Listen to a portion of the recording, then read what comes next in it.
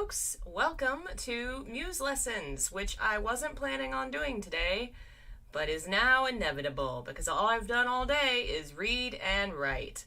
I'm brain dead. Hello. Hi, Jeff. Hi, Nacho. Hi, Natasha.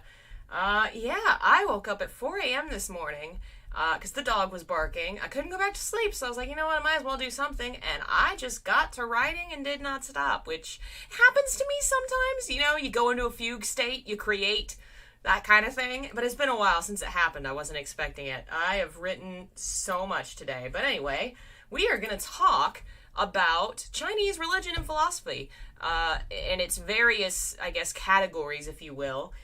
Because it's what I've been reading about. Chinese media is really popular right now, and I think it would be even more popular if it was easier to get.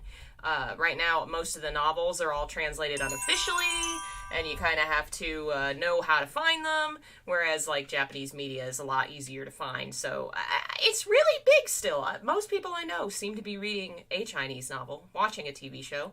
And all of them, especially, I think, one of the more popular genres, cultivation novels, are really heavily steeped in Chinese religion, folklore, history. Hello.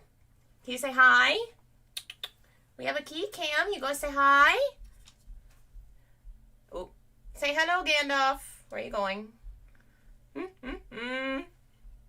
Oh, goodness, kitty. Here, I'll put that right there. You gonna hang out with us for once, kitty? Say maybe. I might. So, we're going to be talking today in brief about Chinese tradition, which is typically kind of put under the umbrella of ancestor worship, but it involves gods and ghosts and things as well. Buddhism and Taoism, which we've talked about in some form in the past, specifically Chinese Buddhism, which has its own flavor, and Confucius. We're going to touch on Confucius. We'll touch him. We're just going to touch Confucius a little bit because he's kind of outside my purview a little. There's arguments as to whether or not his whole thing can be considered a religion. I don't think he wanted to be considered a deity, and he was never officially deified, so more of a social influence, but we'll touch him. So, to begin, we're going to go all the way back to ye olden times, the time that time forgot. Ancient history, ancient China. As far back as we can go, the tradition of China seems to be ancestor worship. The idea that your family dies, your ancestors pass on, and you should remember them and honor them in one way or another. That seems to be the root of where Chinese thought will come from, how it will develop. What it started as, we don't know entirely for sure, but basically just they worshiped their ancestors. Why? I don't know. Why did the, Christians worship a god? Things happen. People come up with their own explanation.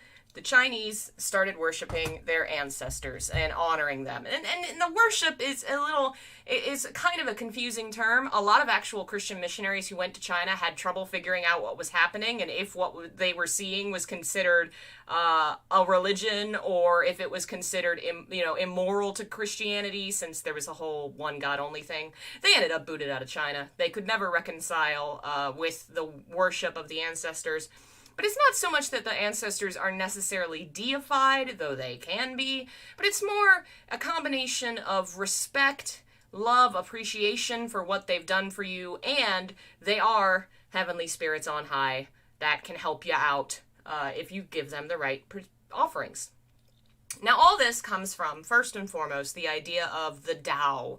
The Tao is what we've talked about in the past, the ultimate. It is everything. Now, Taoism will come later and is a kind of another school of thought based on the idea of the Tao, but it didn't invent the Tao. The Tao is an ancient Chinese thought. That idea has been around since forever, and it is basically a term for ultimate reality. Everything is Tao. Everything has one source in one thing. That one source is Tao.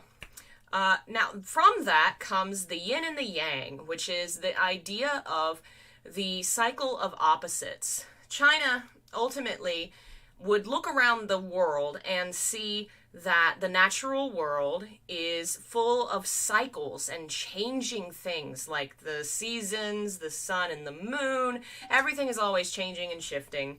Things have changed. The cat moved and now the camera is useless. So, everything's always changing. And they saw that to them, nature seemed to be the ultimate force, not in the sense that like nature is God, because they have the idea of the Tao, but everything is subject to nature. You can't overcome death. You can't overcome nature. These cycles rule everything, and we're just a part of that. So yin and yang was this idea that everything cycles from life to death, from degrading to creating, all these different opposites, which aren't really considered as being like on opposite ends of a spectrum, so much as like a cycle of water. Like the end of the river cycles around to the front of the river. Everything has yin and yang in it. Now, the human soul, in Chinese thought, was comprised of both yin and yang. The yin was considered the Po. Now we're gonna be guessing on some of this pronunciation because I have not found all these words. As I've said in previous readings of Chinese books, I am still learning. But it is the I guess negative part of your soul. It's not the evil part. It's not like the good and evil. It's more like negative. Like it doesn't necessarily mean it's bad. You kind of have to have it. Like, death is a necessary part of life. If things don't die, that would be bad. So it's not evil, but it is negative. When you die, the negative portion of your soul sinks down, kind of joins the earth, and if the family gives proper offerings, it will just seep, it go peace. And that is the Po soul, which if it's not given proper offerings, will get very angry. The good part, the yang, will ascend to heaven, and if given the proper offerings, become the shen, which is, it's called the hun soul, but it can become a shen, which is like a kindly spirit. One of the ancestor spirits that like watches over you and helps you out, tries to look over the descendants of the family. So, person dies, you got two responsibilities. You got the responsibility of making these offerings so that the heavenly ancestors will be happy and no angry ghosts will arise. If they don't do the proper offerings and an angry ghost does arise, that's called a Kuei, Kue, I'm guessing.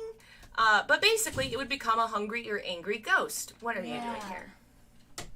I'm attacking you with a duster. See, this is what is meant by things are always changing, and nature is unpredictable, and you can never predict or guess how things are going to change, how yin and yang will cycle in the world. Sometimes your niece will hit you with a duster, and there's just no predicting that. And you're yang, and I'm yang. Okay. All right, sweetie, if you want to hang out in here, you gotta close the door and chill out. Okay. Hello, folks joining us. Where was I? I was talking about yin and yang and what happens when the soul dies. So you got to take care of the ancestors. I love your shirt. Thank you. So that the ancestors in heaven will watch over you and no angry ghost will rise. So because of this being kind of the core idea behind Chinese thought, culture kind of develops around the idea that the dead are always a part of their lives. Take a seat if you want to listen. Oh, you scared of Bob. Don't scare him. He's coming to see you. He still loves me. Okay. Because you're always thinking about, how do I placate the ghosts and how do I honor the ancestors? What are you meowing at me? Honoring them didn't just involve like doing proper funerals and rites when the person died. It was a constant thing. There was 3 or 4 rituals through the year where you would return and take care of the graves or present offerings. All this kind of stuff that you had to keep going in order to keep your ancestors happy. And if they were happy, they were going to present you with offerings. Now, the reason, more likely, the real world explanation is they didn't have belief in an ultimate God the way that other traditions did. They believed in nature and the cycles. So what's the explanation for why sometimes nature is beneficial and sometimes it's not? It must be ghosts and spirits. Wait, I just realized something. Yes? Bob's white part is the white part of the yin and yang, and then the rest of him is black. Yes, he is a yin-yang. Are you a yin-yang? He's got a lot of yin. That's the black part. You have a lot of yin, my friend. We have to work on your cultivation. So, what was I saying? The soul and the ghosts and the... Yes. So, because they had this focus on, Lord, you confused me, child. Where was I? You're talking about how there's, like, lots of ghosts and, like... Explanation for why natural things happen. Yes. So it also kind of explained why sometimes, things went wrong and things were bad, or things went right and things were good. The explanation was spirits and ghosts. Like brothers, this ghost. Oh, I remember reading that. So, this meant that ghosts weren't necessarily evil. The reason that a ghost would rise was because someone didn't give them the proper offerings, or because they were wronged in life and they were trying to set right this wrong. They were avenging themselves. Ghosts weren't evil. They could be placated by the proper rites. So you have built into Chinese thought in ancient times not really a concept of good and evil and ultimate law the way that a lot of, say, Judaism had this idea of the ultimate God. They had these rules they were going to follow. China didn't have that. China had respect for your ancestors, respect for the dead, do the proper rites, and maybe you won't be killed by a flood this year. It was a really kind of a realistic look at the world, because since they didn't have this relationship with a personal God, they kind of just had to shrug their shoulders and go, shit happens. Oh, I didn't say that. Crap happens. Wait. Are they setting people on fire like they did in the last one? Remember how, like, they set everybody on fire, like, when they were getting punished? And I was like, what's with the fire? Oh, there was... What was the topic that episode? We were talking about people on fire. It was some kind of, like, cult video. And I was people like, were getting set on what the heck with the fire, man? No, China did not set people on fire. As far as I know, I don't think so. Everybody kept setting everybody on fire. I remember that. What were we talking about? It was some kind of cult video, and I'm like, what is with the fire, man? Anyway. Why? So. Oh, by the way, you're boring, so I'm leaving. Bye. Okay, bye.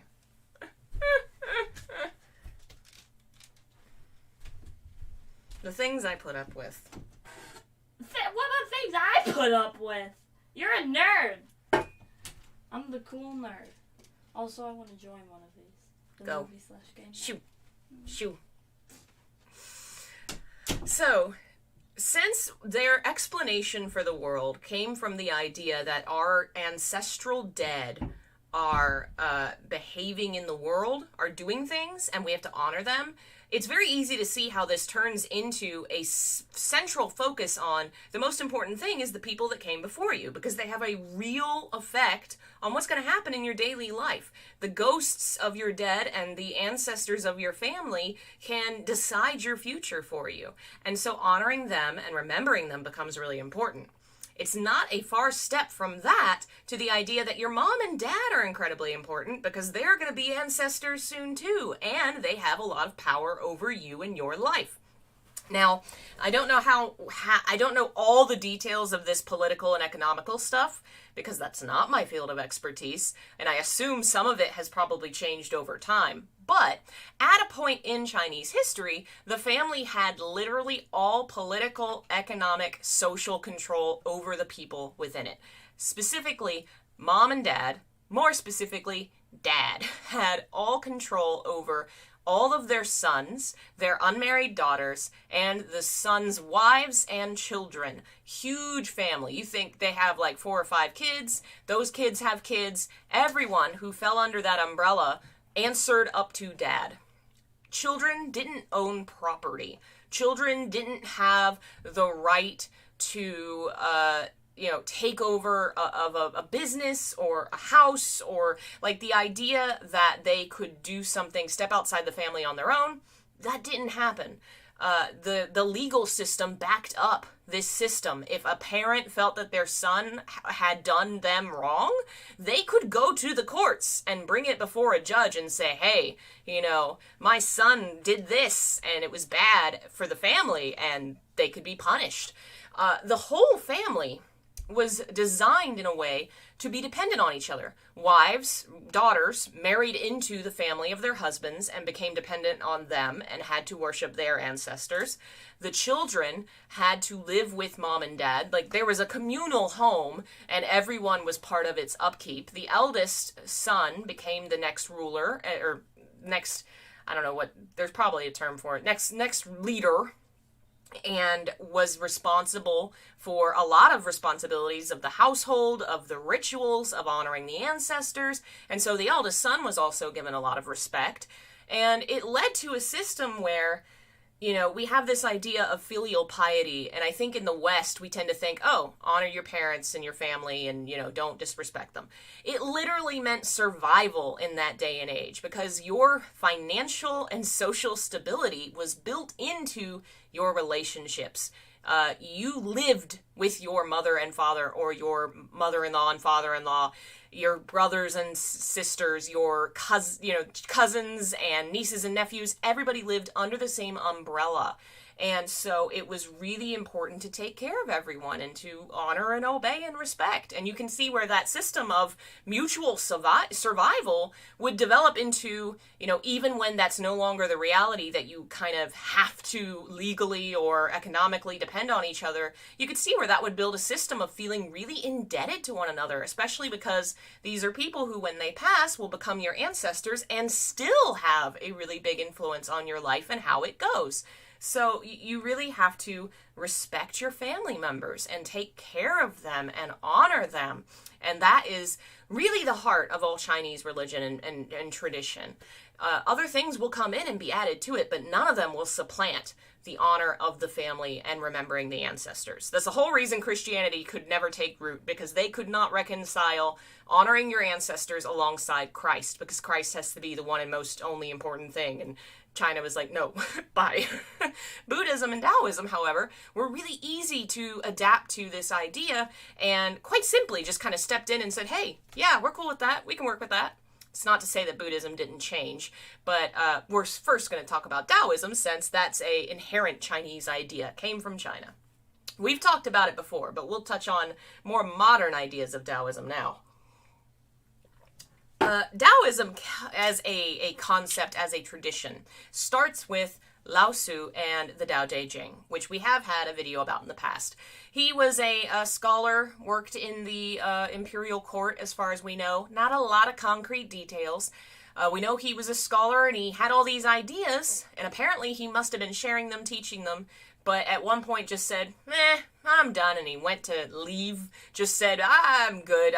He was going to leave the whole country, not just like the empire, like the job he had, but the story goes that he was basically riding on a donkey out of the country. A person at the gates, I don't know, the wall, whatever, the story I read described it as him being a gatekeeper, basically begged him to write down his ideas before he left, and he did. And those ideas are 81 very, very short kind of very metaphysical and philosophical ideas that are really open to interpretation. Like, for instance, the Tao that can be told is not the eternal Tao. The name that can be named is not the eternal name. The nameless is the beginning of heaven and earth. Goes on a little more like that. You can see how it's so open to interpretation and so kind of vague that scholars were very quickly obsessed with interpreting it. Other writers would come along later and add to the canon of Taoism,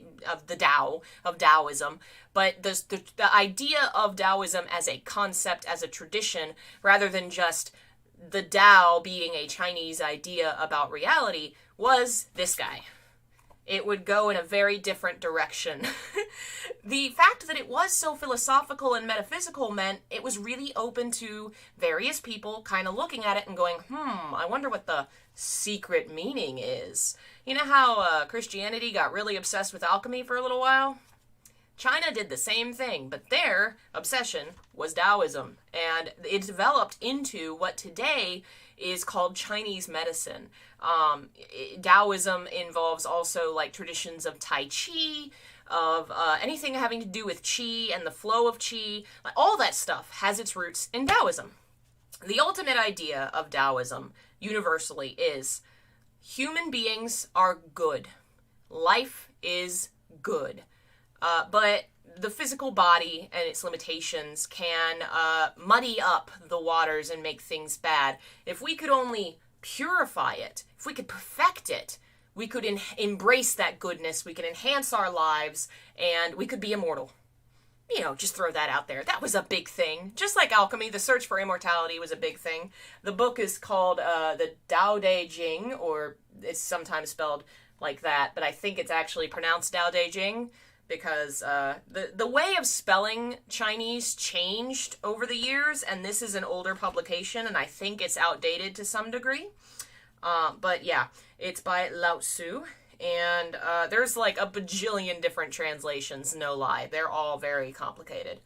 Oh yeah, alchemy was a very heavily a Christian tradition. You almost all, like, they were Christians. They were people looking for the answers to life's questions in the Bible most often. Like, they thought that this was God's secret formula they were trying to figure out. And the two of them were really wrapped up in each other. And they had to keep it secret because, you know, the officials didn't really like that much. Guess what? Same story. For quite a period of history in China, the Taoist tradition had to be kept secret for fear of being censured by the government. Hello, Roy. Welcome, and thanks for joining us. Glad you like my work. They were, you know, rightfully afraid they might be punished because at various points, China wasn't always... The Chinese government as a whole was often suspicious of people meeting together. And we have to explain why. We got to step back again to talk about the emperor. China had this idea of the mandate of heaven, which means that the gods choose the emperor. Now, that's different than...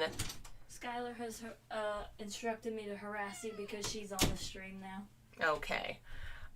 That's different than, say, in England and European countries where you're born with the right to rule. That implies the right to rule is in your blood and doesn't change. You are always... Come on, Edwin, that's enough. Okay. Thank you. I mean, I'm just trying to do what Skylar told me to do in harass. Yeah, but Skylar's not the boss. She is of me because she's older than me.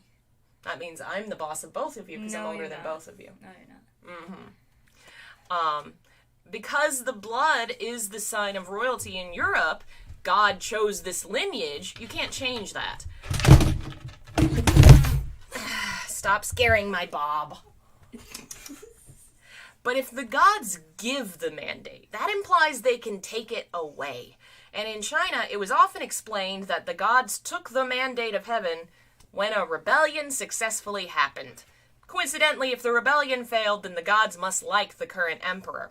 But this meant that the position of the emperor in China was a lot more unsteady than, say, a king in Europe. And he was constantly having to kind of try and keep his position, especially because things as random as floods, disease, you know, stuff that's out of his control can be blamed, you know, put at his feet because of this idea that obviously these things must be the fault of ghosts or the gods not, you know, having not liking us anymore. It's the emperor's fault. So because of that,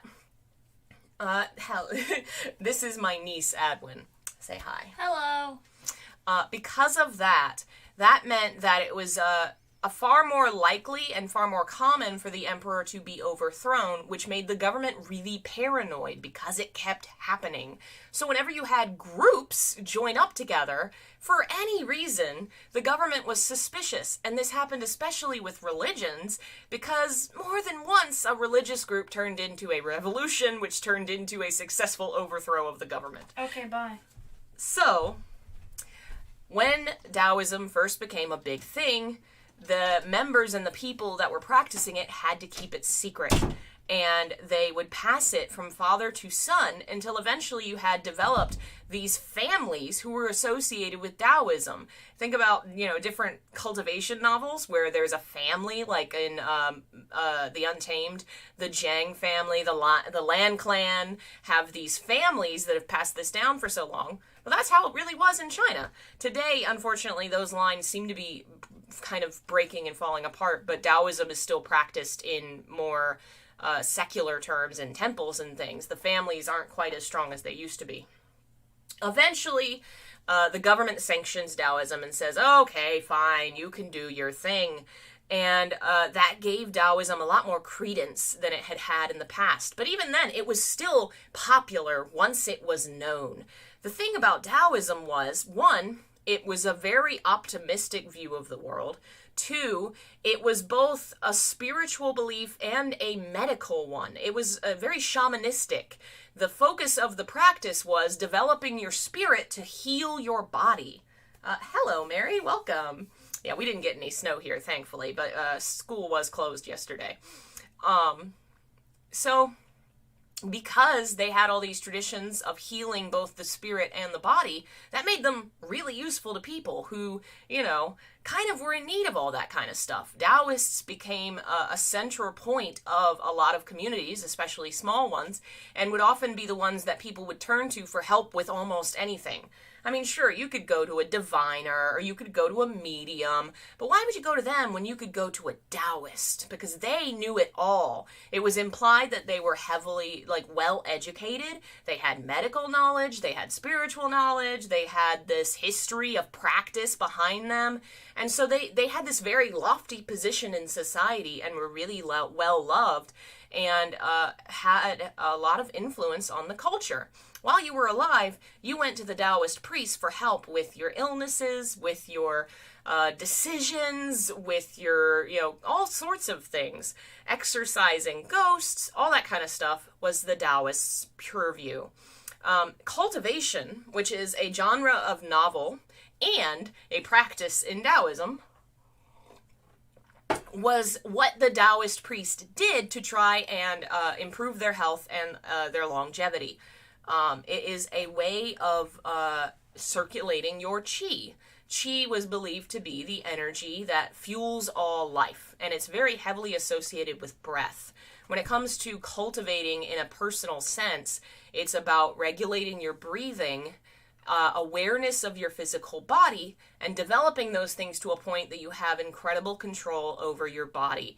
And it helps to develop your health. There's a lot more other things you can do with it. There's martial arts that develop from it, lots of things like that. But the central idea is breath control in a way that extends your life. It's believed that every breath you take is like a tiny piece of your life. And if you can control it and regulate it and strengthen it, you will live better, which, strengthening your lungs is not a bad idea. It's, there's a lot of ideas here that seem to have some roots in reality. For instance, bye, Roy. Thanks for joining us. The whole idea of opposites and the cycle of opposites being the source of life.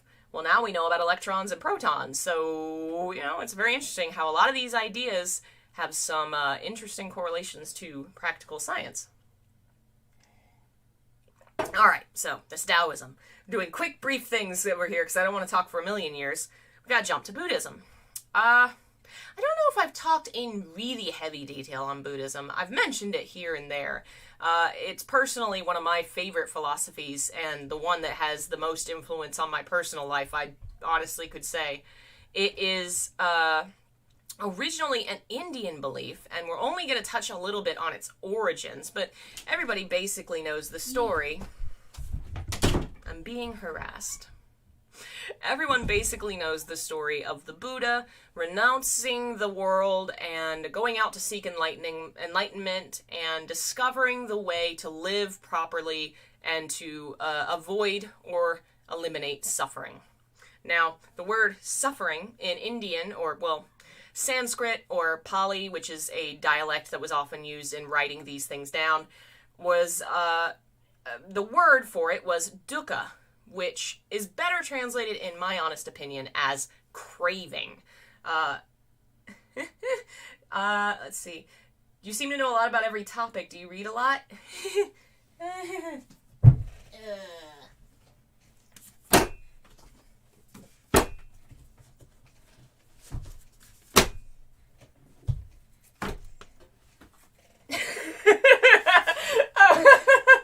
This is what I've read the past 2 weeks. I have a problem. Yes, I do get most of my knowledge from books. I'm a little obsessed. Reading's always been my way of relaxing. And specifically, I don't know, I'm apparently a masochist in that college trained me to enjoy dry, dull things. I like reading academic things, which is dumb, but it's fun. Like right now I'm reading, where'd it go? Well, I just finished this, Buddhist Thought by Paul Williams. Listen to this. Let's see, Broadly speaking, recollection of the Buddha recalls recollecting systematically with a concentrated mind the qualities of the or a Buddha. We know from early Pali sources that among the results of the practice, it just keeps going like that. It took me like a week to read that. Anyway, I do read quite a lot. That is basically my hobby / job, I guess. Anyway, so dukkha. It is the craving that we feel being alive. Right now, if I think about it, I am craving some chocolate. I'd love some. It's just a desire I have. Being alive, we're always going to have cravings. Cravings for things, desires to avoid other things that we don't want. And when we live in society, we're kind of conditioned to just go from craving to craving without really thinking about our lives or our behavior. And doing that, we end up being so very unsatisfied because going from craving to craving and not thinking about your behavior and not being reflective, like, that's not a fulfilling life. A good example is gambling. The kind of person that gets involved in gambling and lets it take over their life and deplete their funds, and then now they've caused problems for themselves, and that causes suffering and more problems and that kind of thing. Craving. When we let craving rule our lives, you're gonna have trouble. The Buddha, yes, that is fun, isn't it, Mary? The Buddha realized that cravings, dukkha, is the source of suffering, that wanting things we can't have or not wanting things to happen, like being afraid of death and illness, that's what causes suffering. So what we have to do is really come to a personal awareness of our desires, of ourself, of our feelings, so that we can be at peace and not be ruled by cravings. You know, if we accept the awareness of the fact that we're going to die one day, we're not going to run around, panicking like, trying to avoid thinking about it. It's a very complex and metaphysical tradition that ultimately comes down to self-awareness.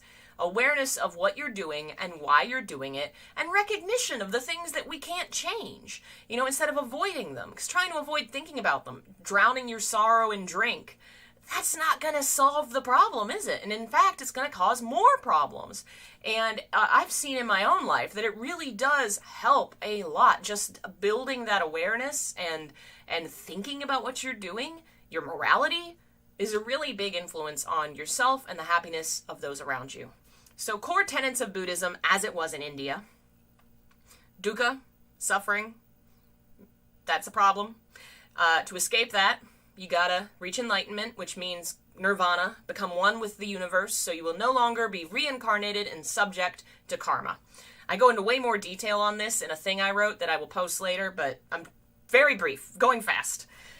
When it eventually came to China, it came first through migrants through India and Central Asia, which kind of came from the south and from India over and then this way, kind of around Tibet, I guess, or is Tibet over here? Anyway, it took a long time for it to catch on because originally it was written in Sanskrit, and it took time to translate into Chinese, especially because it was a very metaphysical and philosophical tradition, and so it had a lot of words to explain complex ideas that they now had to find, equations for in Chinese, and there was a lot going on. Eventually, other Chinese folks would travel to India and go get stuff and bring it back because there was this really building fascination with this philosophy. Of course, there were people that were like, it's not Chinese, we don't need it, national politicians and stuff it's corrupting the youth, But overall, it really did succeed. At first, the common folk reaction was, isn't this Taoism? We thought we already had this. We have Taoism at home. They were very confused because on the surface, it had a lot of things in common. When you dig under it, there's a lot of differences. But surface-wise, they had a lot of the same ideas. Everything is always changing. Everything has good and bad in it, which essentially means nothing is inherently good or bad because everything changes. Buddhism basically says that reality is not absolute. We perceive it to be that way, but that's not the way it is. Because, like, 100 years from now, this bookshelf will no longer be a bookshelf. It's not eternal. I perceive it that way because it'll be here tomorrow. It will not be here in 1,000 years. I just perceive it that way. It gets really complicated. I could go so far. But the big things that China did is it took all the things from India, all these complicated ideas and stuff. Hello, Death Squared. Welcome. Took all these complicated ideas and it put it into they created their own canon from it, which is important because a lot of the most ancient ideas in Buddhism, a lot of the written stuff has kind of been lost, and there's only 2 complete canons left, and one of them is the Chinese one. They wrote down basically everything that was brought to them. And unlike some other traditions where, like, say, Christianity, when they were creating their Bible, they cut and paste what they wanted from Judaism, China looked at everything and said, we'll take it.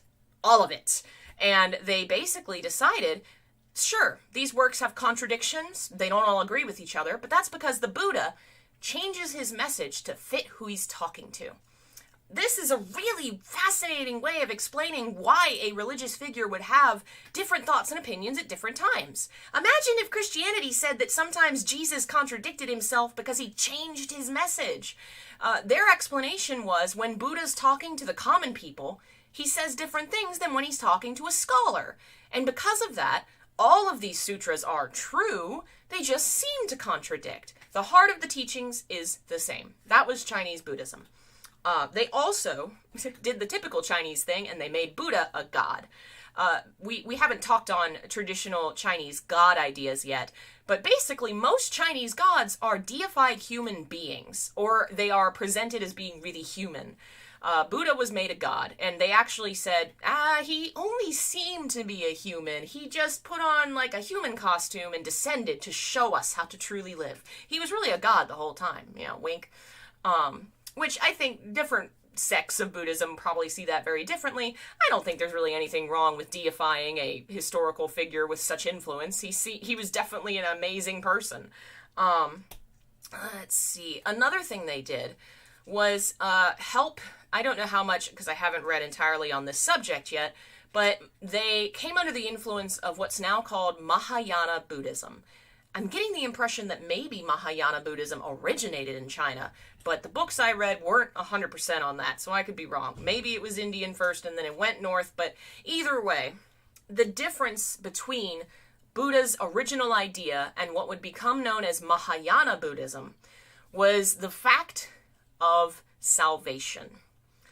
In original Buddhism, to reach nirvana, to really be saved from suffering, you had to become a monk, because reaching nirvana took years of practice. I mean, decades, and then more decades, and then another life. The original tradition said it would take 7 lives of training to reach nirvana.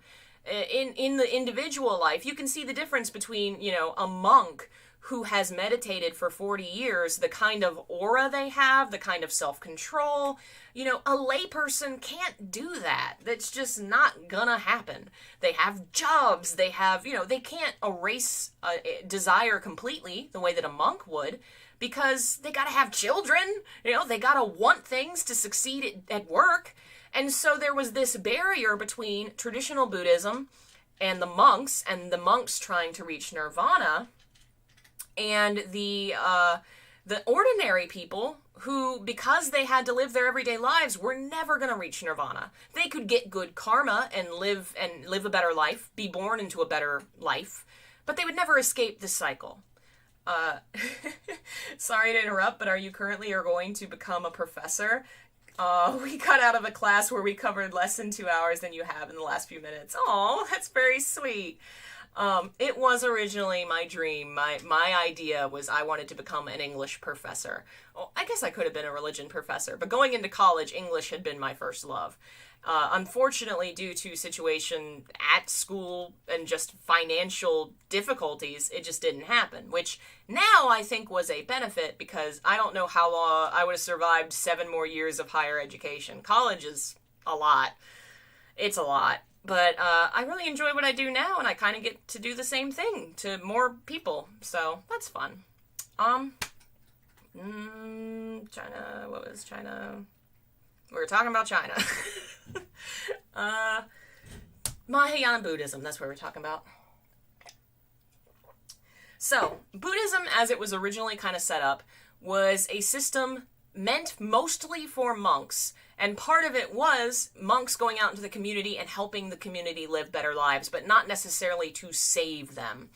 Well, Mahayana Buddhism says, what about all of them? We can't just leave all of them behind. What? What the heck? China was really set up to embrace Mahayana Buddhism because we've seen it's a communal place. You care about the whole family. You care about the whole society. It's not individual. And the Buddhists that came to China were very different from Indian Buddhists because they didn't wander in their small little groups. They built temples and they built roots in communities. So they had a much closer connection to the lay people, the community they were living with, because they were living with them and they depended on each other to survive.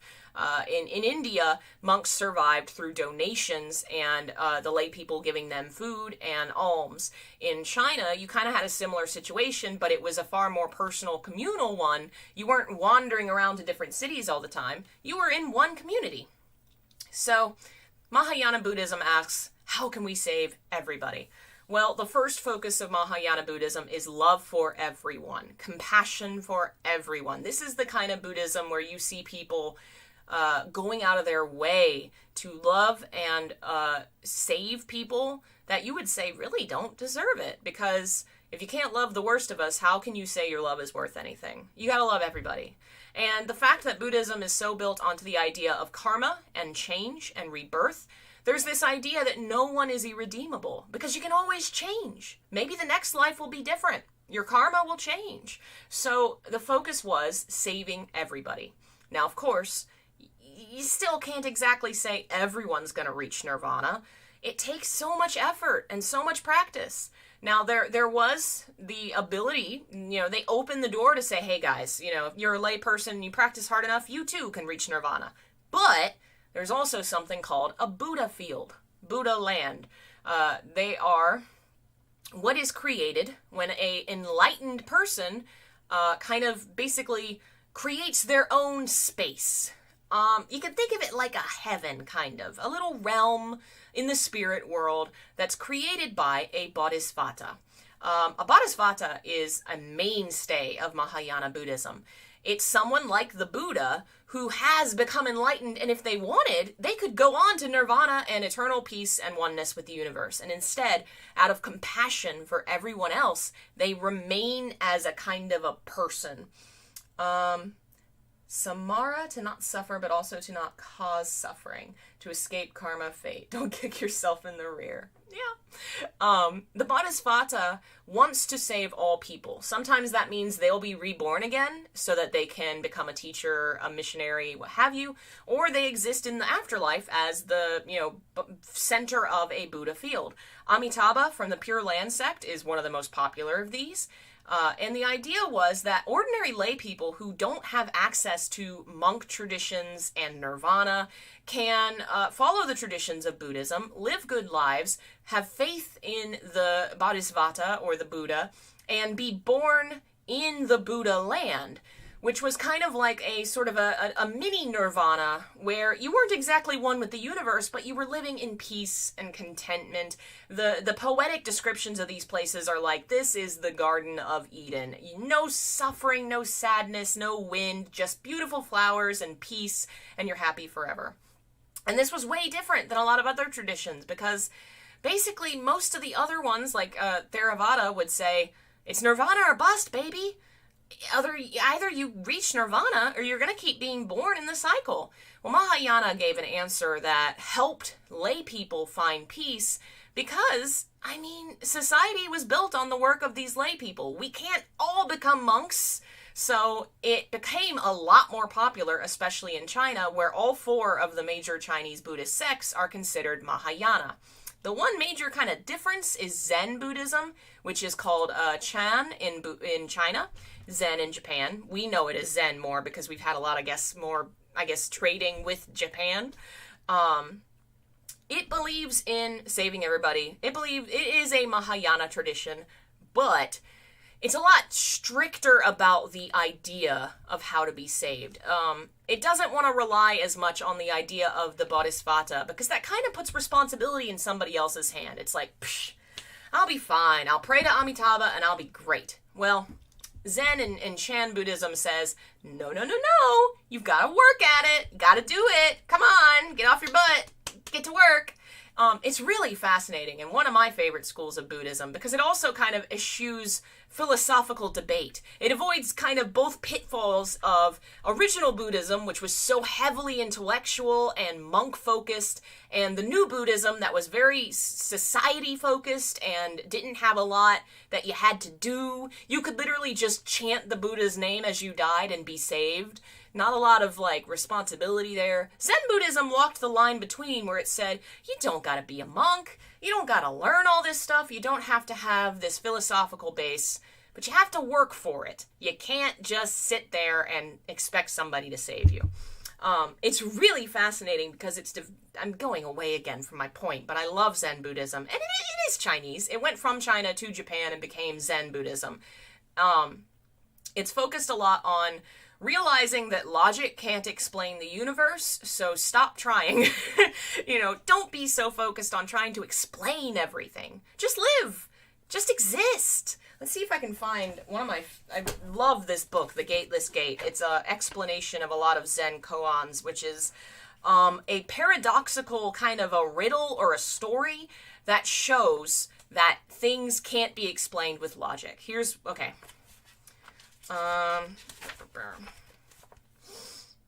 A monk asked Nansen in all earnestness, "Is there any dharma that has not been preached to the people?" Dharma means teaching. Nansen said, "There is." The monk said, "What is the dharma that's not been preached to the people?" Nansen said, "This is not mind, this is not Buddha, this is not a thing." The teacher explains, "What is the meaning of this? I'll give you a hint. Put an emphasis on this. This is not mind. This is not Buddha. This is not a thing. This is all. Nothing remains apart from it. You must realize this directly, at this very moment. This." It is a heavy focus on now. This. Whack. A lot of it is, somebody will ask their teacher, "What is the answer? What is the meaning to everything?" And he'll go, whack. This. Exactly this moment. Or it'll be like he raises his hand, he stomps his foot, whatever it is that he does. That's it. That's the meaning of everything. Just this. It's very fascinating. We'll discuss that another day. We're talking about China. So, discuss Taoism, Buddhism. Let's talk about gods. So, even though China didn't have a pantheon necessarily, the way that you think of Greece had its official pantheon of gods, China had a lot of variety of gods that came and went as they were useful. If you have listened to my Heaven Official Blessing readings or watched the show or read the book, it's very much like what's presented in the book. People can ascend and become gods and are worshipped based on how useful they are. The gods have jobs. They rule specific fields of work like literature, martial arts, that kind of thing. And if you need help with that, you go to their temple, you say, "Hey, give me a sign, give me a hand." And if they help you out, awesome, you'll keep worshiping them. If it seems like this god's not useful anymore, the community will start shifting away from them, and a new god will take over. Over time, China's had so many different gods, but at one time, you probably didn't have that many being worshipped. You might have a handful of them. But over, 3,000 years, you've had a bajillion gods because they kept going through them. The origins of these gods were often real historical figures, famous generals, saints, religious figures. historical fantasy characters, like from popular fiction, would become deified. Let's see here. Natural places, like really important ones, like mountains and rivers. There was a lot of what's the word? They humanized nature quite a lot, but like the big gods were going to be the big ones, the big important places. And of course they had the Jade Emperor, which was like the personification of the emperor's right to rule, kind of the emperor in heaven, but don't associate him with like God, the way that like the ruler of the heavens in the Western tradition is the ultimate God. Jade Emperor's just the guy, the emperor, you know, he's kind of the emperor. He's got power and we honor him, but he's not the creator of everything. So all these gods would have domains that they ruled. You would go and you'd ask for their help. If they helped, they got, you know, more popular, what have you. Certain ones over time would become incredibly popular. One of the most popular is the goddess of mercy. I believe it's pronounced Kwanon? I don't know. She was originally Avalistro... Avalistora? She was an Indian goddess, or an Indian bodhisattva, actually. She was a Buddha who became a Chinese god during probably that period when Buddhism was still traveling northward and they were kind of interpreting it and like, we'll make her a god. And there's Buddhists over there like, wait, no, okay. Did they tend to replace the gods when a dynasty fell? So, not really, because there were certain kind of universal gods, and the ones that were most important to the emperor were the heaven and earth. Those were the ones that never changed. You think about most traditions have an idea of earth and heaven as being related in some way. In China, it's the mother and the father, much like in other places. And it was the emperor's job to honor the heavens and the earth. There was this big ritual that only he could do. As far as other gods, he kind of actually had power over them, because if a god got big enough and was seen to be like popular and successful, the emperor could like bestow upon him a title, a field, you know, that he could sanction this god, which meant that he had, you know, power over who got to be worshipped and who didn't. And once it was sanctioned, it was the job of the government to build temples to that god. There are a few that have been like really huge and really popular. There's one who's the imperial consort of heaven. I don't remember her name, but she's really big in southeast China and the coast because she's heavily associated with seafarers, fishing, anything to do with boats. So everybody along the coastline there really, really loves her. The rest of China, not so much. But anyway, the difference with this tradition and others meant that there was never a unifying God.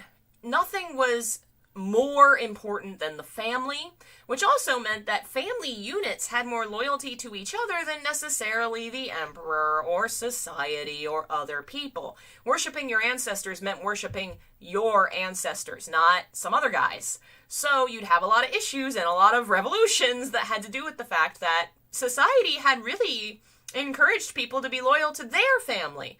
So screw yours! Obviously, it caused some issues at certain times of history. And because the gods were really kind of just on the peripheral of all this, they were not central the way that a Christian god was, it didn't unify everybody. And every little town and village kind of had their own ones, and that would change over time. It was a very fluid system. But it also meant when traditions like Buddhism and Taoism and other things popped up, it was really easy for them to incorporate into their own traditions, which is why you see China as kind of a mixing pot of a lot of different things up to a certain point. Now, we've talked about everything except for good old Confucius. I said we were going to touch him. Now we're touching him.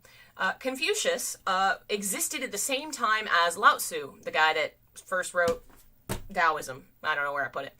But he was very different. Taoist guy, Lao Tzu, you know, he worked in the imperial court, got tired of it, was like, whatever, and he wrote his stuff and he vanished. As far as I can tell, he was never really as much of a historical figure the way that Confucius was. Confucius worked in the imperial court and developed a kind of a philosophy of being an imperial court scholar. This was a big job in the sense that you had to work for it. Education was a huge part of working in the government. You had to pass certain tests, and these tests weren't just like about governing. They were about literature, poetry. You were expected to have a pretty well-rounded and very philosophical kind of education that encouraged education for education's sake. So you had to have all this knowledge, which wasn't, easy to access just for the random people. And it was expensive, I do believe, to take the tests. So to a certain extent, it was restricted to certain people. And of course, only dudes.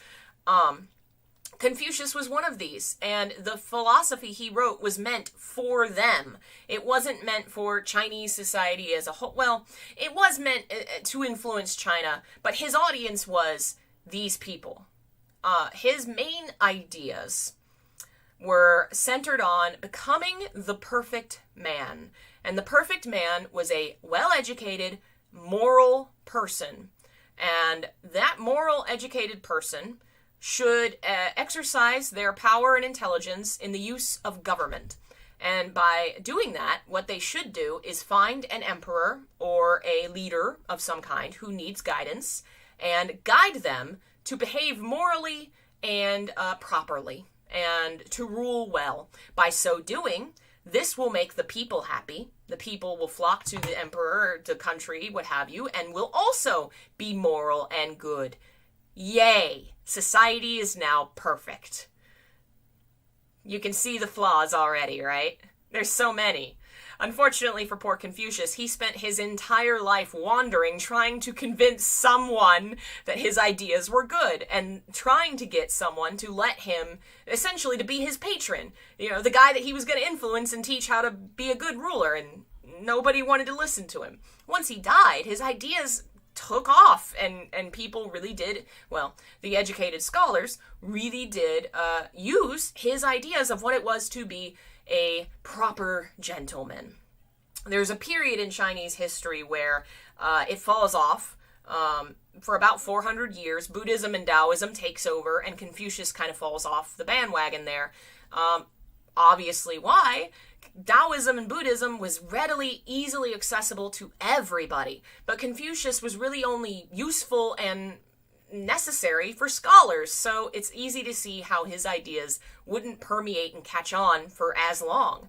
But then there comes a period where a group of Chinese scholars called the Rou are kind of looking around at society and realizing that as much as they appreciate Confucius, he doesn't really fit the modern age. One, Buddhism and Taoism are now heavily entrenched in China, and Confucius hadn't really accounted for them at all into his teachings. They didn't consider one another because they didn't exist at the time. For another, political life was way more complicated than Confucius made it out to be. It was very cutthroat, it was very dangerous, it was not very moral, and in fact, to just survive in court was often lucky. Rather, besides being a moral good leader, keeping your job was great. So this small group of philosophical students of Confucius who did want to live up to his example, but realized that their society made it nearly impossible, they decided to develop the ideas into something more palatable and more relatable to the modern age. That's called neo-confucianism. What they did was they fused a bunch of ideas from Taoism and Buddhism into it and kind of allowed for the fact that politics was always going to be nasty. They created this idea that there was an eternal Tao, eternal truth, that has always existed in China and been passed down by the sages. Confucius was its mouthpiece, and now these Neo-Confucians are bringing it back to the people and sharing it again. And it was, again, centered upon the idea of morality, good behavior, leading by example, and kind of just borrowed some of the more general ideas of Taoism and Buddhism so as to fit better with the general societal, setup of China at the time.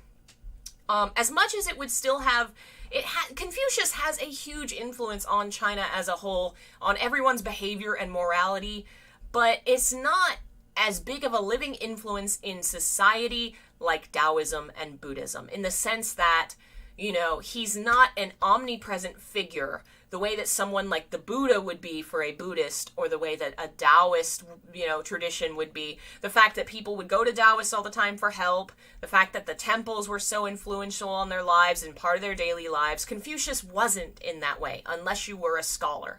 His ideas affected the way that, the general mores of society, how to respect your parents and how to do this and how to do that. But it's kind of the way that, like, Socrates and Greek philosophers have affected American thought. Yeah, you can find the roots of those ideas for sure in American thought. But how many Americans from day to day are thinking about Socrates? They're thinking about Jesus. They are always thinking about Jesus, not Socrates. That's the difference, I think, between Confucius and how he influences China versus, like, Buddhism and Taoism and all that. So, it has been an hour and my voice is hoarse.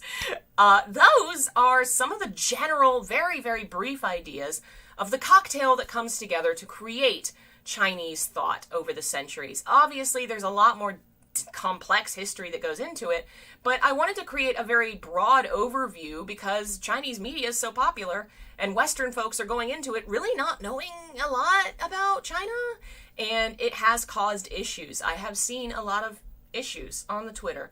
And so I thought I'd do my part and try to kind of explain it in my own way. I can always be wrong about anything. I've been wrong about many things. So feel free to comment and critique me if I am wrong. But I'll be posting a more in-depth discussion of all these ideas on our archive of our own at some point. I've been writing it all day. It goes further to also explain how some of these ideas exist in the fiction that is popular today, how cultivation novels actually present Taoism, how, all these things exist in Chinese fiction now.